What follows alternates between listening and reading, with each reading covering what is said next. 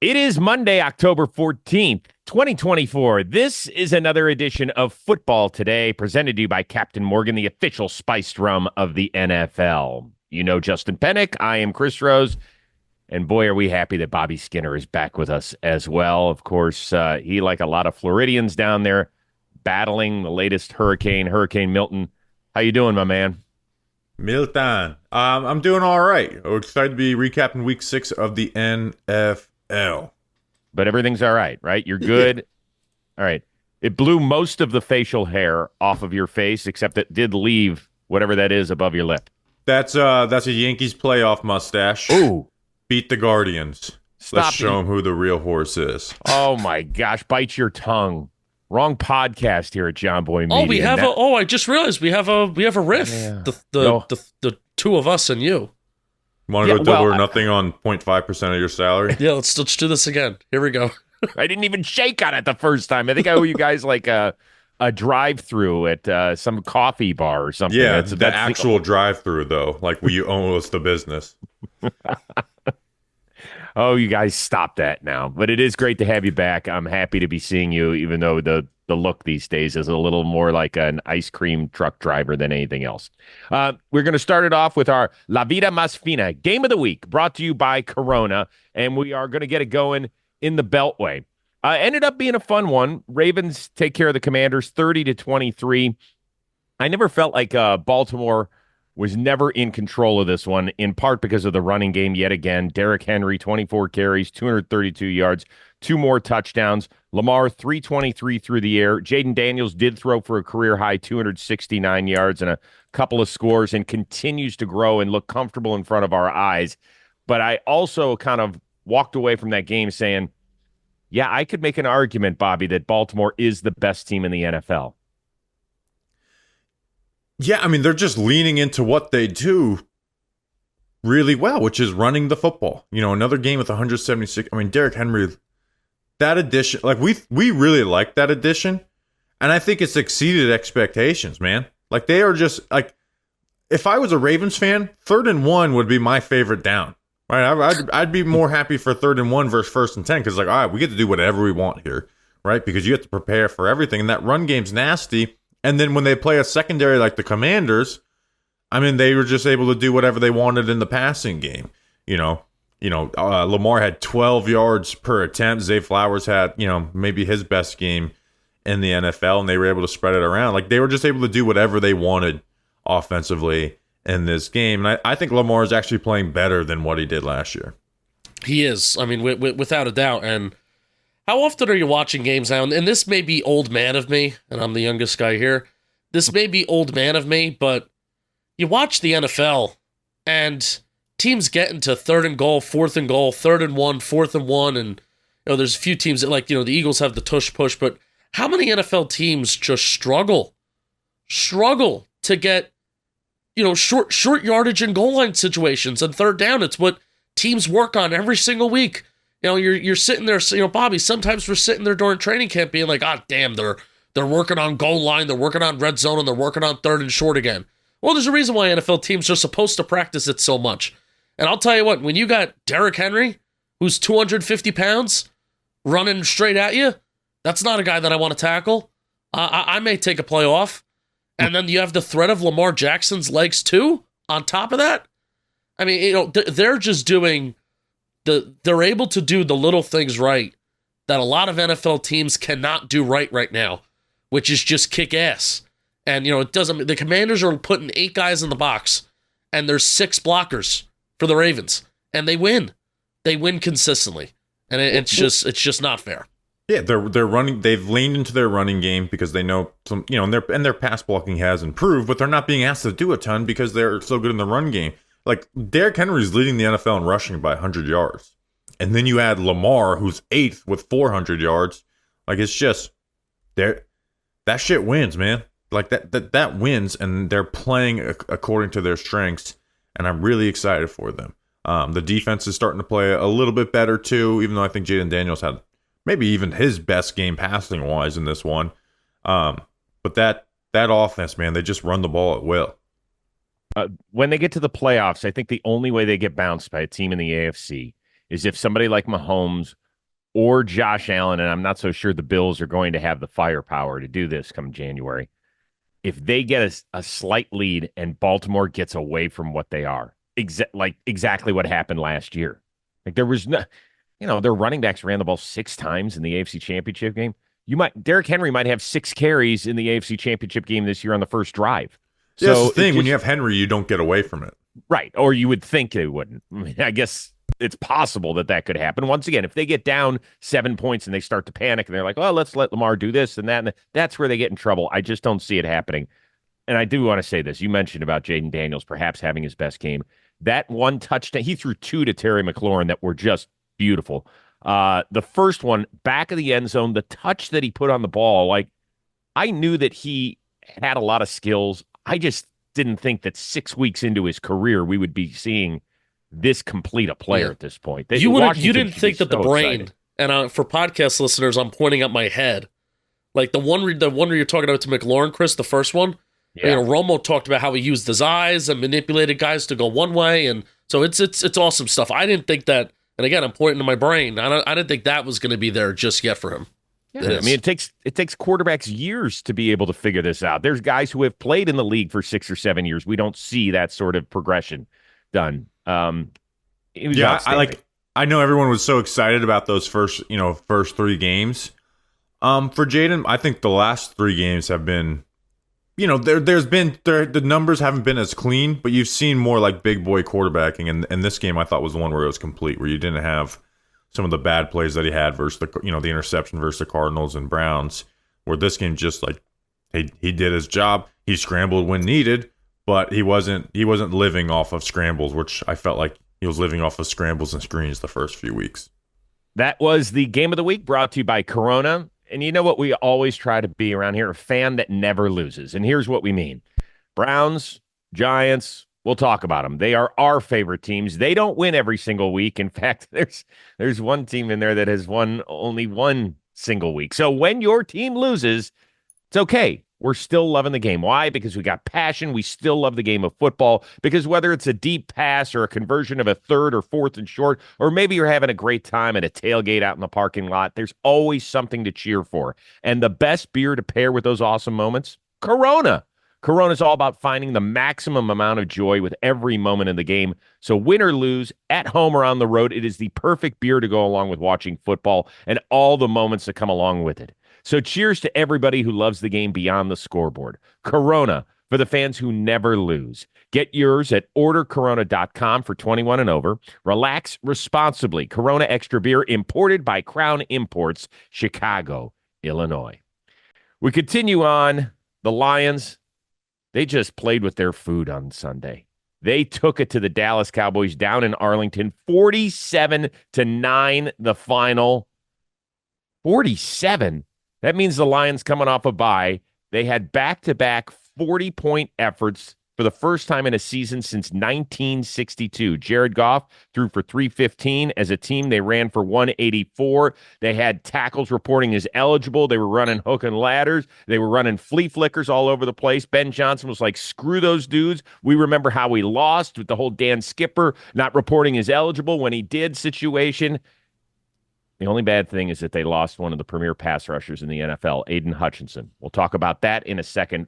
But, Justin, I want your thoughts on the Lions not taking the foot off of the throat of the Dallas Cowboys in this one. And, Chris, I'm really glad that you're leading with the Lions instead of leading with the Cowboys. Like a lot of probably national shows, instead of talking about how the Lions are a really good football team, they're a team that, you know what, they looked at what they did last year.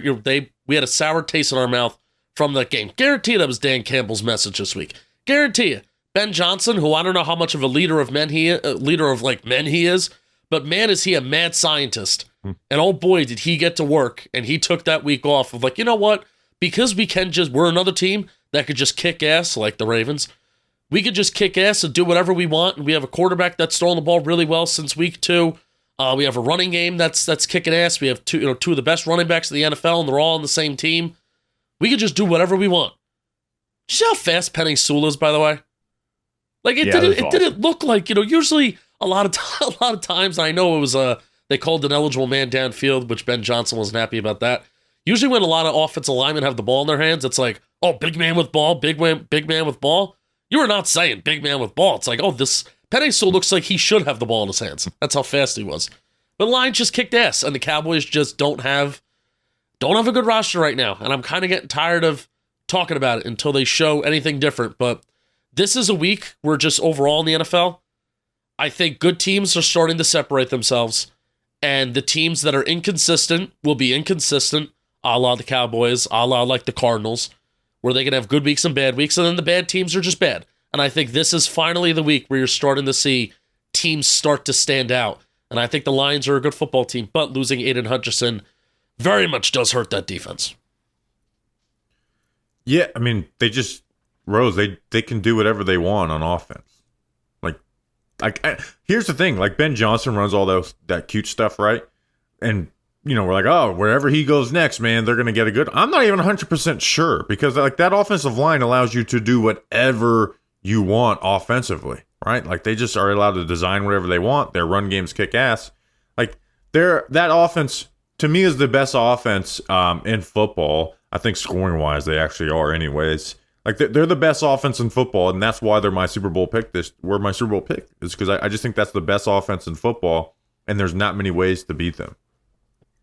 They do have a ton of weapons. It's interesting. Sam Laporta has 13 catches this year in 5 games. He had 1 on Sunday, finally scored his first touchdown. Jameson Williams, it feels like he catches 2 or 3 passes, but they're momentum changers. That's what they should do with him. Yeah, and that's a great role for him to play. They've got 2 guys that can run through you or run past you, and Jared Goff is playing exceptionally well. Now, as far as the Aiden Hutchinson injury goes, and he had surgery in Dallas, and they're not going to have him until 2025, and they think he'll be okay for next season. We send our well wishes. Horrible to see. They have one other guy who's got more than 2 sacks, and that's Aleem McNeil. This is going to be a problem. It might not be a problem next week against the Minnesota Vikings. It might be. It might not be a problem in November or December, but when you've got to go against teams that can exploit that by having their quarterback get extra time, I don't know what they do. Do they go make a move? Do you guys think that they make a move for something? I think there needs to be something because I'm like really worried about their defense without Aiden Hutchinson. I was worried about it with Aiden Hutchinson because he was their only source of pass rush, but he was so good that he was able to generate it. But if you're a team with one pass rusher, you're just easy to avoid. The Bengals have had issues with that, with Trey Hendrickson playing so well, but the rest of their pass rush not being there. So without Hutchinson, you essentially have no pass rush right now. And I decided yesterday during the game, I'm retiring the line that, like, yes, their secondary is not great, but it's better than last year. Their secondary is not very good. Terrion Arnold, Carlton Davis, like, I know they held the Cowboys well, but that cornerback group is not very good. They're not, they're not what they were last year, but they're also not very good. Brian Branch kind of has to come and save the day a lot of the time. But I think that corner group can take an advantage of if you're not getting any pass rush. Yeah. So I haven't thought about what moves they can make, but I do think that defense is in trouble. Yeah, it's a shame because I think Aiden Hutchinson, I was like working on an idea of a video, which is Aiden Hutchinson was having one of the best pass rush seasons over the last 20 years. There were guys that had like more sacks, like Shaq Barrett in 2019 had a hotter start sack-wise, but if you just put everything together, like pass rush productivity, win rate, I mean, Hutchinson was like topping in everything. It was crazy. So one of the best seasons that we've seen over the last 20-ish years is gone because he just broke his leg. So that really is unfortunate. Now, the obvious call that you can make is to Carolina, and you can get Jadeveon Clowney. But also, are the Jets going to take any? The Jets aren't taking any calls on Hassan Reddick, right? I don't know. He just switched representation. Agencies. CAA dropped him, and he just took on Drew Rosenhaus. So who the heck knows where that's going to go? I'd look into that. Yeah, I mean, they've got a few weeks. I think the trade deadline is right after week 9, if I'm not mistaken. So they have a couple of weeks. We'll see what happens. Next week should be a fun one as they take on the unbeaten Minnesota Vikings. Let's touch on Dallas very quickly because Jerry Jones on his 82nd birthday, it wasn't a happy birthday, it was just a birthday. He had his post-game press conference as he does every week. He was pushed on Mike McCarthy because they are heading into the bye week. I haven't even thought about that. I'm not stupid. I get it. We're not playing well. They are 3-3. But I would say this, like, if they didn't have the star on the side of their helmet, we would be like, yeah, they're fine. Like they could end up at 9-8, but they're not winning anything this year. They might make the playoffs. They could. It's just, do we really believe that they're going to get far if they do play January football that's meaningful? Anybody? No, that was my talking point. Is like ignore the fact that they've been to the playoffs and the Dallas Cowboys, and look at this roster, and it's not very good. And when you lose Micah Parsons and DeMarcus Lawrence, the defensive talent is awful. It's basically just Trevon Diggs, and then Trevon Diggs has been playing really bad and getting taken advantage of. And then offensively, like it's a Dak and CD show or bust. That's all that it is. And now Dak is throwing in a couple interceptions the last couple of games. Had that brutal one to Brian Branch where it's like what the fuck are you doing? But it's just they're forced to force feed CeeDee Lamb, which last year was awesome. This year it's not sustainable to live like that. Even though he has a good statistical season, he's not putting up anywhere near the amount of volume that he was last year, despite having a ton of targets. So they're not an overly talented football team. They've got a good quarterback who's like when they are in games like last week, the Steelers, when there's a clear quarterback advantage, Dallas has a shot, right? The week before with Daniel Jones and last week with Justin Fields. But when they're facing a real deal team, they're not going to compete. They couldn't even do it when they were, overly talented. They would fall short in those moments. So they're not a very talented team. I'll leave it at this. Their next 5 games after the bye, at the Niners, at the Falcons, home against the Eagles, home against the Texans, at the Commanders. Good luck, Cowboys. Enjoy watching that. They'll be sub 500 as we continue to talk about them. Let's continue to talk about this. Buccaneers 51, New Orleans Saints 27. It was Spencer Rattler's first start in the NFL. He did some nice things. He did some not nice things. Baker Mayfield, same thing for him. He did turn it over 3 times. He also threw 4 touchdowns as the Buccaneers put up a franchise record 594 total yards. And oh, by the way, if you omit the Saints' second quarter, the score would have been 51-0. It was the only quarter where the Saints scored. It was the most bizarre thing you've ever seen. Like they were down 17-0. Then they ended up taking a 27-24 lead, and then the Buccaneers just whitewashed them from there on out. Good for the Buccaneers, Justin Penik. We're still trying to get a grasp of where they are. I think they're pretty good. They're certainly an entertaining team, and I can't wait for next Monday night's game when they play host to Lamar and the Baltimore Ravens. That was a chaotic game. Yeah, it was. A very chaotic game. I would have loved to watch it live just to go through those emotions, but here, I'll just say this about the Bucs instead of like, let's get knee deep into this game and some guys that played well, whatever. The Bucs got to get their secondary right. The Bucs got to get their defense right. And I understand, if you take out the 27 points, I know one of those was a Rashid Shaheed touchdown on special teams, and one of those was, a couple of those. Most of it was the Saints' defense. It was Baker Mayfield. Some interceptions went off some guys' hands, and then it was the So I'm not saying that the Bucs defense had like a bad game, but if you just look at the overall numbers, yards after the catch, they're high. I think they're a bottom 5 pass defense when it comes to yards per game. So there are some things that they do need to figure out. They allowed a lot of points to the Falcons the week before. I really do think, and this is my take, if they try and figure out this defense, I don't know if it has the talent yet, but if they could figure out this defense, I do think with this Bucs offense and the power and the power that it has, putting up 51 points against the Saints in New Orleans, I don't think is a joke. I think the Bucs can contend for the NFC if they get this defense right. But that's a big if. I think the if is how good is the rushing offense going to be? Because you saw, Rashad White out, Bucky Irving and Sean Tucker, the rookies. The run game had 35 carries, 277. I feel like we've had like 20, 250 plus rushing yard games this year. It's like every week we're talking about 3 of them. Like on the Saints, which is really good. And like, the passing game has been like all yak based. Like Chris Godwin's having a career year when people were saying it's time to move on from him.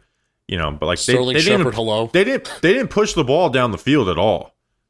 Baker was 1 for 9 on throws of 10 plus air yards. Like everything that they did came from yak.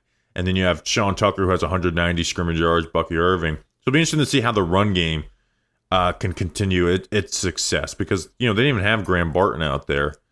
But like you said, Rose, though, this should have been a bigger blowout. The Saints were up 27-24 at halftime. The points came off of a Rashid Shaheed punt return, and then 10 points came off of 27 yards total from interceptions. Like they should have. This should have been a much worse than what it actually was. Yeah, it was still fun. The whole second quarter, as you guys know, at NFL Network, we watch every game. And so, you're more squarely focused on ones that are competitive. And when you see it's like 17-0 and you've got a mid-round pick rookie, a quarterback, you're like, okay, well, I'm going to tune out from that one a little bit. And then all of a sudden, boom, you're like, wait a second. Did the Saints just take the lead? Like, I almost turned it off, because that was one of because I just, instead of doing red zone, I'm like, I'm going to pick two games, focus on these two. So it was the Ravens Commanders. And then I was like so close to changing, like, because I just wanted to watch Drake May's first game the next day without emotion involved. And I was so close to changing to the Drake May, Texans game. And then, like you said, bam, bam, bam, all of a sudden the Saints were back in it. Well, speaking of Drake May, that's our next game. Texans 41, Patriots 21. Houston at 5-1 equals their best 6-game start in franchise history. They do take it to the Patriots. But you know what? Let's talk about the most interesting part of the game. The fact that Drake May, it is his team now. He replaces Jacoby Brissett. They look significantly different on offense. Even with a wretched offensive line, they have had 6 different starting combinations in their 6 games, and the Texans just blew them up at times, and Drake May got beat up back there, but he stood in the pocket, and you certainly can see the arm talent. You can see the athleticism, and you could see a spark, Bobby, from the wide receiver group, which was like, thank God we're going to catch the ball beyond the sticks. Yeah, that here's some things that Drake May did in his first game. He had more touchdown passes than Jacoby Brissett had the whole year. He had over 100 yards over Brissett's passing average, most points scored in a game this year. He led them in rushing. So, I don't think you never look at a quarterback's first game and take a victory lap. I think Will Levis, Marcus Mariota, Daniel, and plenty of those guys have proven that to be a bad process. But you did see Pop Douglas, right? The receiver. Yes. Who I was praising this offseason, his breakout, and then this year it's he hasn't done shit. Well, you put Drake May in, he gets 692 and a touchdown, and honestly, he could have had more than that. If Drake May hits him inaccurately, he drew a defensive pass interference that led to the touchdown at the end of the half. So he looked like the player that I thought he was going to be. But with Drake May, like you said, it was a spark. There's bad in there too, right? A couple tip balls, one that turned into an interception. Which you don't pit on him. There's a strip sack from his front side. That's ugly. The biggest worry is just the random spurts of inaccuracy from Drake May. I'm someone who loved Drake May, but what worried me is he just have these crazy misses. And it led to his first interception in the NFL of what would have been a nice chunk play to Pop Douglas. But you saw good. You saw the beautiful touchdown to Butte. The touchdown to Pop Douglas on the third down blitz. And I don't think the offense, we know the Patriots offense still isn't a great situation, like you mentioned. Bad offensive line play. They were very run, pass, especially early on. But you saw why people like Drake May. Yeah, I'm excited to see him next week. I'll be gone the next few shows because I'll be calling the Patriots-Jaguars game on NFL Network. Make sure you tune in at 9:30 a.m. Eastern, 6:30 a.m. Pacific. But listen, I love Jacoby Brissett. He was a Brown a couple years ago. I thought he played his best football of his career then. But watching the Patriots' first 5 games with a terrible offensive line, with very few playmakers, and with Jacoby Brissett at quarterback was painful. I felt like I needed hazard pay almost at times. But Drake May is going to breathe life into this franchise, and he is going to be the tent pole moving forward. Now, this team is bereft of talent. The offensive line is horrible, and I hope they don't get this kid killed. But at least for Patriots fans, it is watchable football when he is in there. Penik, you want a quick thought before we move on? No, and really, one of the things that we talked about this offseason is the receivers are not strong. And I wouldn't say the Patriots wide receiver, if you were to put that, their depth chart up against the rest of the league, that they're in the top half or anything, but they're not barren of talent like they were a couple years ago. I think Pop Douglas is the guy that sticks out the most. When we were in Patriots joint practice, that was the guy that stuck out the most. That was the guy that stuck out during the preseason. And so what I'm happy to see from game one is that Drake May just got the ball to these guys that, hey, they don't have a ton of talent, but at least it's not what it has been the last couple years there in New England, and that may give Drake May somewhat of a chance to succeed. Just don't get hurt because your tackles are really bad and there's really good edge rushers in the NFL. Don't get hurt.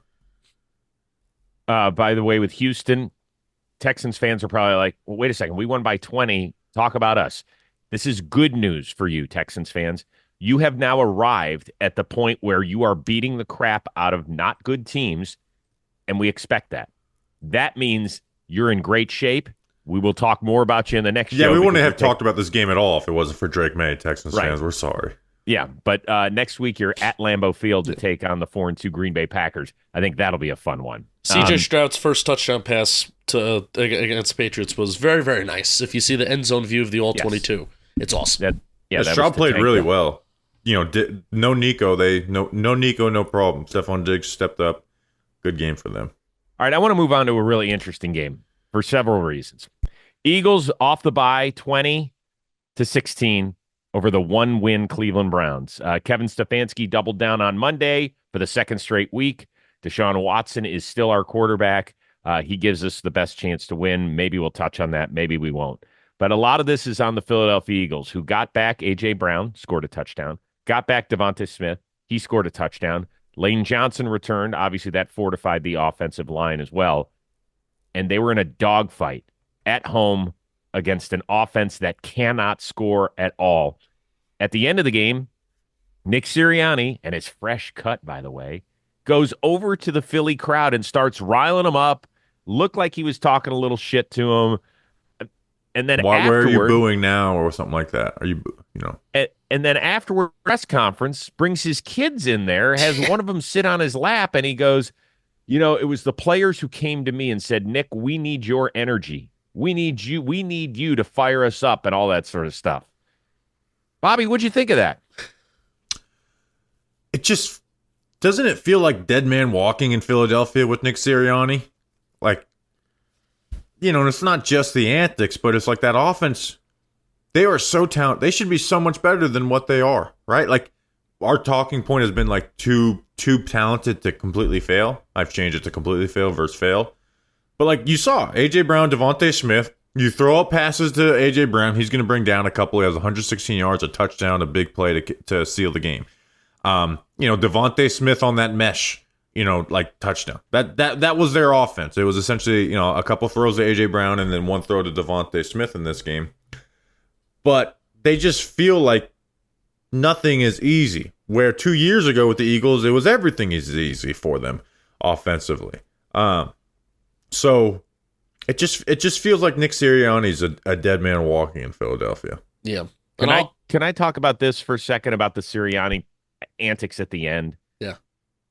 And what I think he let the franchise down, and I think the franchise let the city down from this standpoint.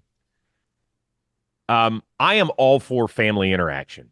I believe that we take ourselves too seriously in sports and everything else. If you're a head coach, one of your main jobs is to answer questions after a game. It is your responsibility. You don't have a choice about doing it. It is part of the gig. When you bring your small children up there, you are using them as a defense shield. I really believe this. And Philadelphia's media is one of the toughest ones around. And I'm sure there are a lot of media people that are like, we want to ask you tough questions, but we're going to look like assholes if we do that while you're holding your 6-year-old kid on your lap. You didn't just win a playoff game. Yeah, exactly. That's the perfect time. Like, I've seen Steph Curry do that. It's okay if players want to do it after a playoff series win or whatever. I mean, there's a time to do that. Go celebrate with your family. Bring them on the field afterward. You want to do that? Go for it. But you're still representing the organization. And the fact that the organization let him do it, I think is kind of a slap in the face, because the people can take their shots at the media. But listen to me, people. The media is the conduit to ask the questions that you have at home. You don't get media credentials, so it is our job to ask the tough questions. I would have doubled up and said, Nick, Really? You're being told by your players that they need your energy? Why do we not see one of the other 32 coaches go to their own fan base and start yapping at them? Why are you the only guy? But you can't do that when there's a 6-year-old sitting on a lap. Like, it really bothered me, rubbed me the wrong way, and it showed me once again that I don't know if they've got the right guy leading this team. Here's how you know you really have disconnect happening right now. Where Nick Sirianni, with his beautiful son on his lap, was asked about the Eagles haven't scored a single point in the first quarter so far this year. And he's like, guys, like, we're fine, man. Like, I got these guys, and we're fine. Like, you guys, you could write about whatever, you could ask whatever, you could say whatever. Oh, we're fine. We're gonna figure it out. We're gonna figure it out. Like, oh, look, we're gonna be good. We are good. And meanwhile, you have Lane Johnson in the locker room after the game says that the Eagles offense is a constipated offense. That's not fine. When you have coaches I think Mike McCarthy needs to do this. I think like Antonio Pierce with the Raiders need to do that. There are a lot of coaches in the NFL currently right now. Because like I said, I think this is finally the week that we've seen in the NFL. Good teams are starting to separate themselves, and bad teams are starting to separate themselves, or inconsistent teams. There are a lot of coaches that are going to their teams saying, you know what, guys, we're good. We don't need to change much. We don't need to change anything. Really? I think you have grown men in that locker room, like Lane Johnson, maybe even like a Jalen Hurts, guys that disagree with Nick Sirianni. It's like, you know what, man? We were here for 2022. We were here when we were kicking ass. This is not fine. We're not fine. We're not just going to figure this out. We need guidance. We need coaching on how we're going to figure this out. So that's a huge disconnect of Nick Sirianni sitting up there saying like, oh, we're good. Not even just saying, yeah, we got to work on it. We'll look back at the tape and we'll get better at it next week. That's a coach answer. No, we're good. We don't need to get better at it. We're fine. And then you have the starting right tackle saying that we have a constipated offense. Ouch. I want to change it a little bit. Who's your favorite in the NFC East right now? Like, who do you pick to win the NFC East? Because the Eagles, both teams have 2 losses. Mm-hmm. You have the Cowboys in there. The Giants are a non-factor. And the Eagles are a Saquon Barkley non-drop away from 4-1. And they've beaten some good teams, too. Like, the Packers. What was their... what was the other win they had? The Saints. Maybe the Saints aren't good, but they were viewed as good at the time. Like, who are you picking to win the NFC East right now? Right now, I suppose I could go with Philly because they haven't beaten anything more than a 2-win team, right? Giants, Bengals, Cardinals, Browns. I don't know. I only believe there's good losses in college football, but maybe Sunday was a good loss for Washington. Yeah. I think the Commanders are the most, believe it or not, I think the Commanders have flaws defensively, but right now I think they are the most complete team in the NFC East. I think they score 30 on both Dallas and Philly when they play. I think they do too. And that's the thing is, will those teams' offenses be able to match? Again, I still think the Commanders' defense is bad. But will those offenses be able to match the Commanders putting up 30 on the offensive side? All right. Who knows? Oh, by the way, next week, Saquon comes and pays you guys a visit. He's not staying with you, Penik, is he? That's all I'm waiting for. I've invited him, and I've given him my couch, but I think he'll be all right. Maybe if you gave him your bedroom and you took the couch, maybe that's the sealer right there. My room smells like boy. I don't know if you would want that. Oh, God. All right, that's enough. That's a weird. Do you have something else that you can talk to us about, Justin? Yes, I do. I have something I could talk to you about, and I want to talk to you about 5-Hour Energy. 5-Hour Energy, they're hosting a lot of our tailgates. We're doing some fun stuff with that at MetLife Stadium. And do you want to be a tailgate champion? That's right, you who's listening to this show. You can win $10,000 for the ultimate football tailgate by entering the 5-Hour Energy Tailgate Champ Sweepstakes. And you could have a chance to win $10,000 towards your tailgate. And you know 5-Hour Energy. Yeah, the actual product. It's quick, simple, and effective. The drink. You can drink it in seconds. You can feel it in minutes, and it lasts 4 hours. Zero sugar and packed with B vitamins and amino acids. It provides a feeling of alertness and energy. I got to MetLife for an 8:15 game, by the way. I got to MetLife at 1:15 in the afternoon. I needed a 5-hour energy to keep me going throughout the day because I didn't stop working until like 2:30 in the morning. Boom! That's football Sundays for you. Learn more at 5hewin.com. No purchase necessary for that Tailgate Champion 5-hour Tailgate Champ sweepstakes. The contest ends 10/31/24. Get in now. See full official rules for details on how to enter without purchase at 5hewin. That's 5hewin.com. Shop now at 5hourenergy.com to find your favorite flavor. Chris Rose, you'll be glad you did. Oh, I'm always glad I did. Sunday football got started on the early side. Bears 35, Jaguars 16. Chicago improves to 4-2 as they head off into the bye. And once again, Bobby, you mentioned earlier in the show, after 1 week with a quarterback, that's why you don't take a victory lap.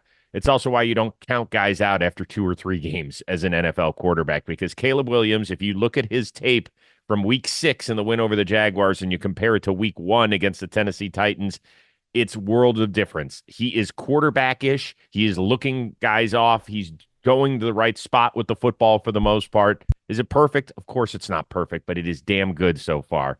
And Caleb threw for 226 and 4 touchdowns. And here's one of my favorite stats of the weekend. With 9 touchdown passes, he has now equaled the most for a Bears rookie quarterback in franchise history. Penik, do you believe in the Bears? Yes. Yes, I believe in the Bears because I believe in Caleb Williams because I think he's doing grown-up, big boy QB things. That touchdown to Keenan Allen, just the location of like the football needs to be in a certain spot. And you could trust Keenan Allen to go up and get it. And he did. I think Caleb is growing every single week. He's doing more big boy stuff. He's making some better throws every single week. We're seeing some of the magic stuff. And that's why early on in the year, it's like, well, the quick stuff is there. Caleb Williams is actually doing the things that maybe I thought that he would have trouble with. He's actually operating the quick game well. It's throwing the ball deep down the field and the magic stuff that isn't happening. Well, now he's complementing what he didn't do well early part of the season with what he did do well. So Caleb Williams playing really well. I believe in the Chicago Bears. All they needed was slightly better quarterback play to get themselves in a pretty good spot this year because of how good that defense is, and they're getting it. And that offensive line's also starting to play much better too. They're playing a little bit more complimentary football by running the ball. Yeah, they're starting to get under center and trying to run the ball that way. Yeah, I mean, this is why we're excited about Caleb. But still, the deep stuff is actually starting to get a little worrisome. Like, I think the only guy who's worse at completing it this year is Daniel Jones. And he had DJ Moore for, what would have been a touchdown or down to the wire, and he just floats it up, ends up being intercepted. But he looked really, really good. Like you guys mentioned, that Keenan Allen touchdown was just, like, that's the type of shit that Caleb Williams does. And like you said, Rose, like when we were doing redrafts after the first 2 weeks of the season, I was like losing my mind. I was like, how many times do we have to go through football season and do all this overreaction shit? And you're seeing it, right? I mean, what are his numbers over the last, few games? It was like 9 touchdowns, over 300 yards per game. Like they're putting a lot on his plate, and he's answering. Playing against some bad defenses, but he's still doing the damn thing. Right. Yeah, I mean, we can't penalize him. He played Jacksonville, who's got one of the worst pass defenses in the NFL. The week before that, he went to Carolina, which is the worst defense around.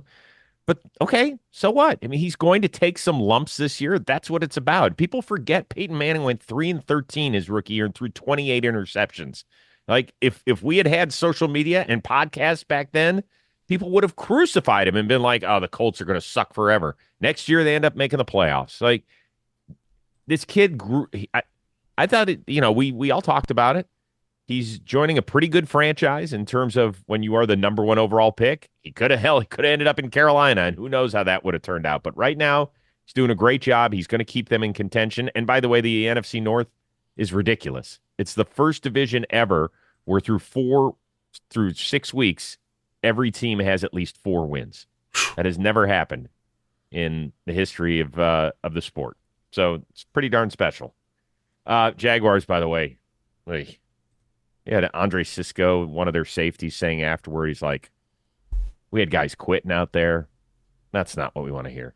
Yeah, Not what." Is Doug is Peterson going to be Peterson fired? not fired because they're not leaving London this week?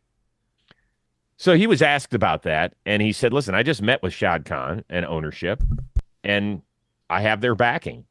I mean, obviously, I'll get a little bit of a better feel later this week when I get some boots on the ground in London and talk to the Jaguars.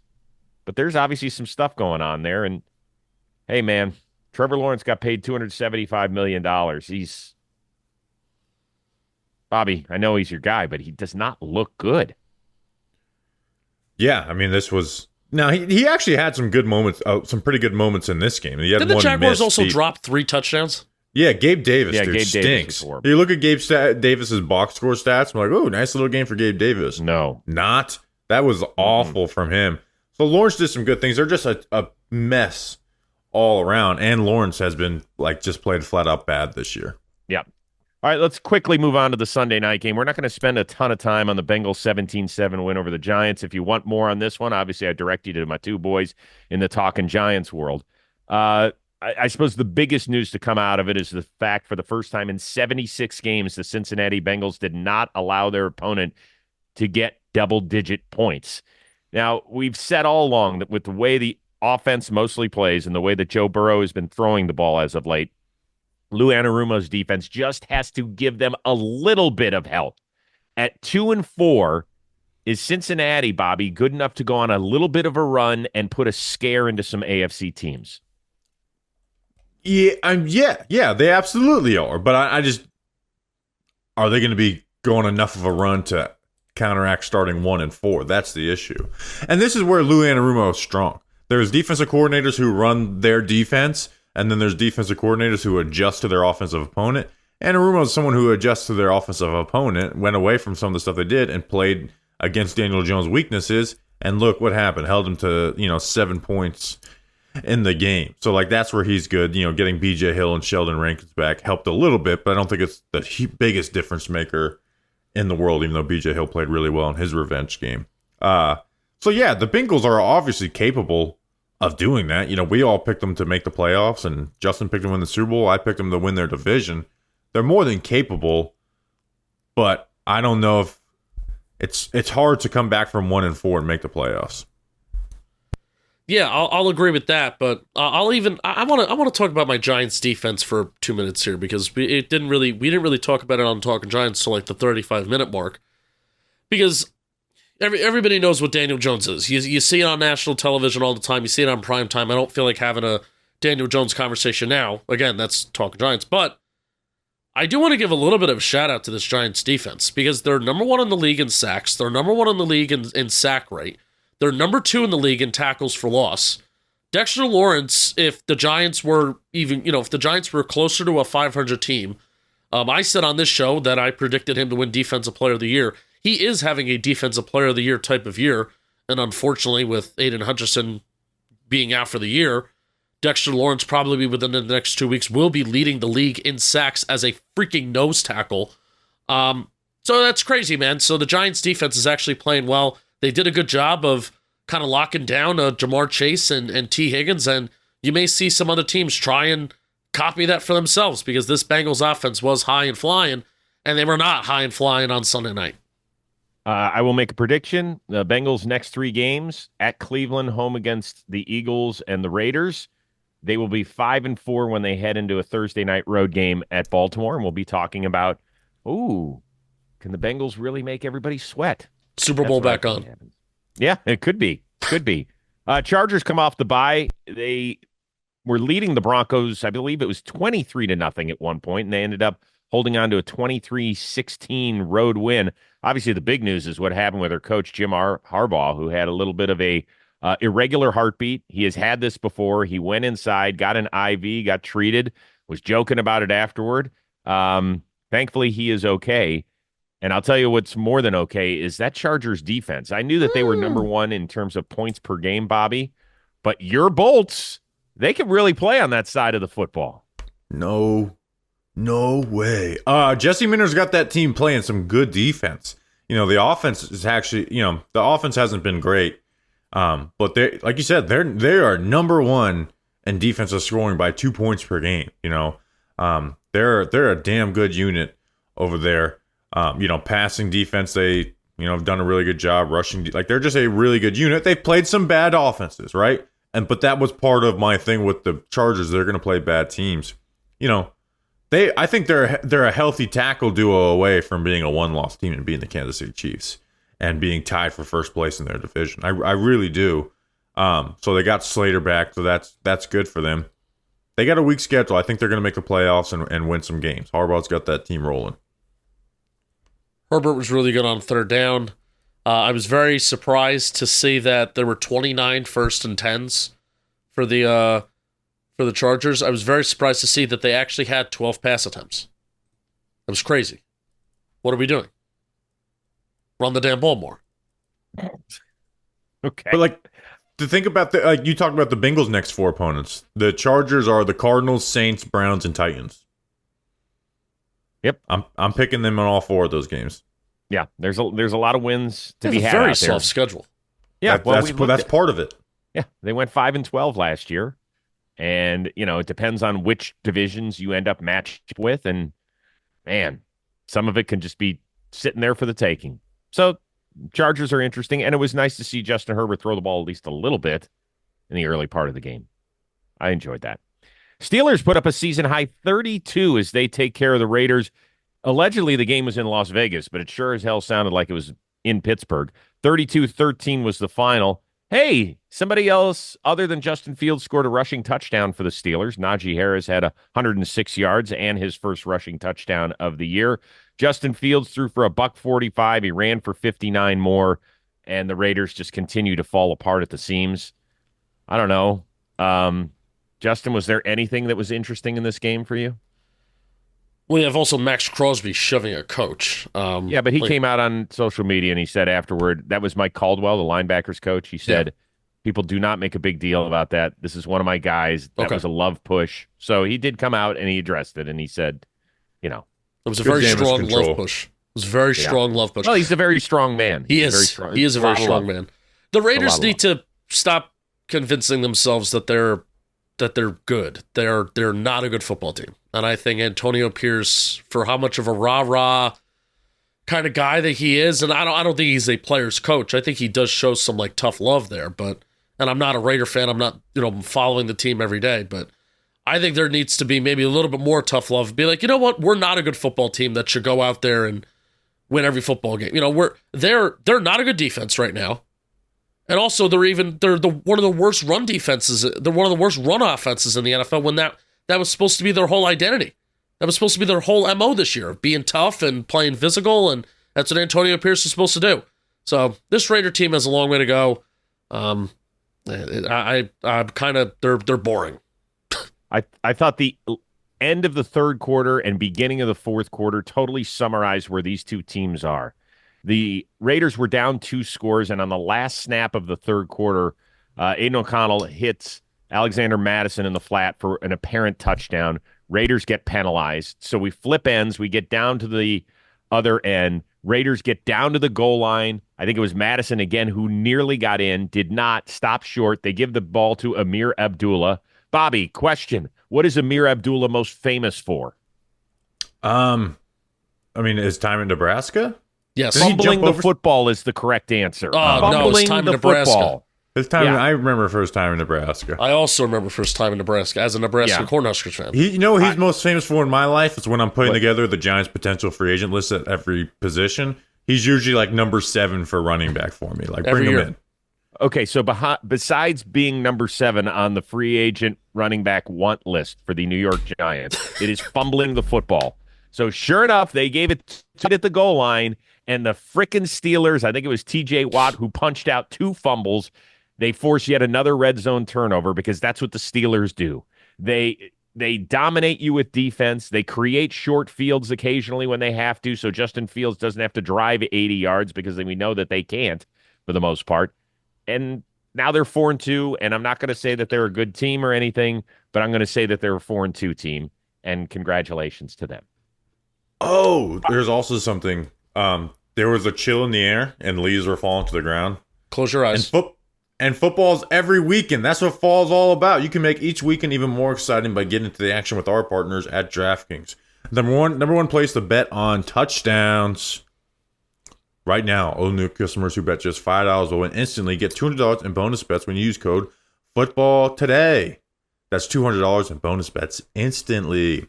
That's just like instant rice. Stay in on the action and use your $200 in bonus bets to bet anytime touchdowns on DraftKings. DraftKings is the place to bet touchdowns. So, download the DraftKings Sportsbook app now. New customers use promo code Football Today and bet just $5 on any wager and get $200 in bonus bets instantly. That's promo code Football Today. Only at DraftKings Sportsbook. You'll be glad you did. All right, we got 3 more games to go. We'll do these quickly. Colts 20, Titans 17. We thought Anthony Richardson was going to get the start. Nope, ended up being the emergency quarterback with that strained oblique. Joe Flacco, 2 more touchdown tosses. They needed to hold off the Titans, who got a whopping 95 yards passing from their starting quarterback, Will Levis. Is this a bigger deal that Joe Flacco continues to play well for the Colts, or that Will Levis cannot do squat for the Tennessee Titans, Bobby? This wasn't like the best Flacco game, but I do think it is a little worrisome that they're like, Richardson, take all the time you need because this guy is playing quarterback better than you. And maybe the people who who lost their mind on Kirk Herbstreit and Al Michaels on that preseason game for hinting at that can quiet down a little bit. But at the end of the day, Richardson needs time, but doesn't mean he's going to be good. The fact, it shows how good of an offensive coach Shane Steichen is. I am mad at Joe Flacco, though, because he missed into Alec Pierce deep, and he would have had that one catch for 50 yards, which is my favorite trend in the NFL. Yeah, I think he should get credit for I believe it was a 33-yard pass interference call that he drew on L'Jarius Sneed. But you're right, I was thinking about you. I'm just glad he didn't get any catches to, counterbalance the yards per reception. Yeah, which is at 87, it feels like. Packers 34, Cardinals 13. This one was finished from the get-go, pretty much. Jordan Love threw for 258 and 4 touchdowns. Welcome back, Romeo Doubs. Got out of the team penalty box for a couple of touchdowns. The Packers at 4-2, I think they're probably fine, Justin, with where they are. They don't feel great yet, but I feel like they're an ascending squad. They are. I mean, and Bobby's going to love this stat. There were 30 first and 10s that the Green Bay Packers had. 20 of them were running plays. And on 90% of those first and 10s where they ran the ball, 90% of those series eventually turned into a first down. So I thought the Packers, they ran the ball well. I thought Jordan Love really made some nice plays inside the red zone. They did exactly what they needed to do. Dominated the game kind of from start to finish, and the wishy-washy season of the Arizona Cardinals, just when you think you're trying to get a read on them one week and you think that they're going to turn it around and carry momentum into the next week, they don't, and they're a frustrating team to kind of like this year. I called it on Talking Giants. They're the up and down. They're back and forth every week. Yeah, but I think that's okay. That's kind of where they are. You're going to see flashes. They've played some good teams very well, I think, in Buffalo and in Detroit. They just had a road win in San Francisco, and then you're going to have these games. I know, but I want them to be better because I like them. You do want them to be better, but I just don't think that they are. And finally, the Falcons 38, the Carolina Panthers 20. Dave Canales said we're going to stick with Andy Dalton. At least that's what he said after Sunday's game. So Bryce Young, you can stay safe on the sidelines, at least for now. Kirk Cousins coming off a 509-yard effort in that Thursday night win over the Bucs. Settled for 225. That's because the Falcons just chewed it up on the ground game for 198. And I thought, did you see Tyler Allgeier's 18-yard run, Bobby, where about 13 of it came in one of those rugby scrums where the entire offensive line just kept pushing and pushing? I hate to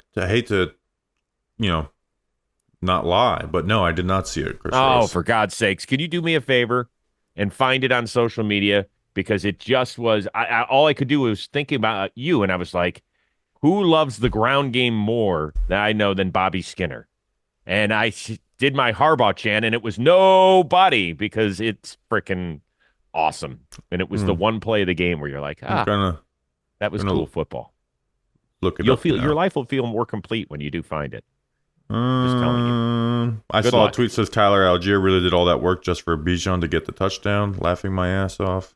Oh, okay, yeah. Haven't Well, you can found do it this yet. on your own time. You don't have to do it now. I'm with Kurt Warner. How y'all watch all these fucking games? Well, because it's my job on No, Sunday. you can't. I understand you, but I don't understand how everybody does it. Not everybody does. We do the best we can. Guys, I'm going to miss you for the next few weeks because I will be obviously overseas calling a game, then taking a few days with Mrs. Rose. So hold down the fort. I'll be excited to listen to you setting up week 7 and then breaking down week 7 and then setting up week 8. But I will see you somewhere down the line. Okay, boys? All right, we'll see you next year. Not next year. Actually, by time the Yankees will have won the World Series by the time you're back, right? That's enough. It's time for us all to say goodbye. For Bobby Skinner, not funny. For Justin Penik, always funny. I am Chris Rose. We will see you next time here on Football Today, presented to you by Captain Morgan, the official spiced rum of the NFL.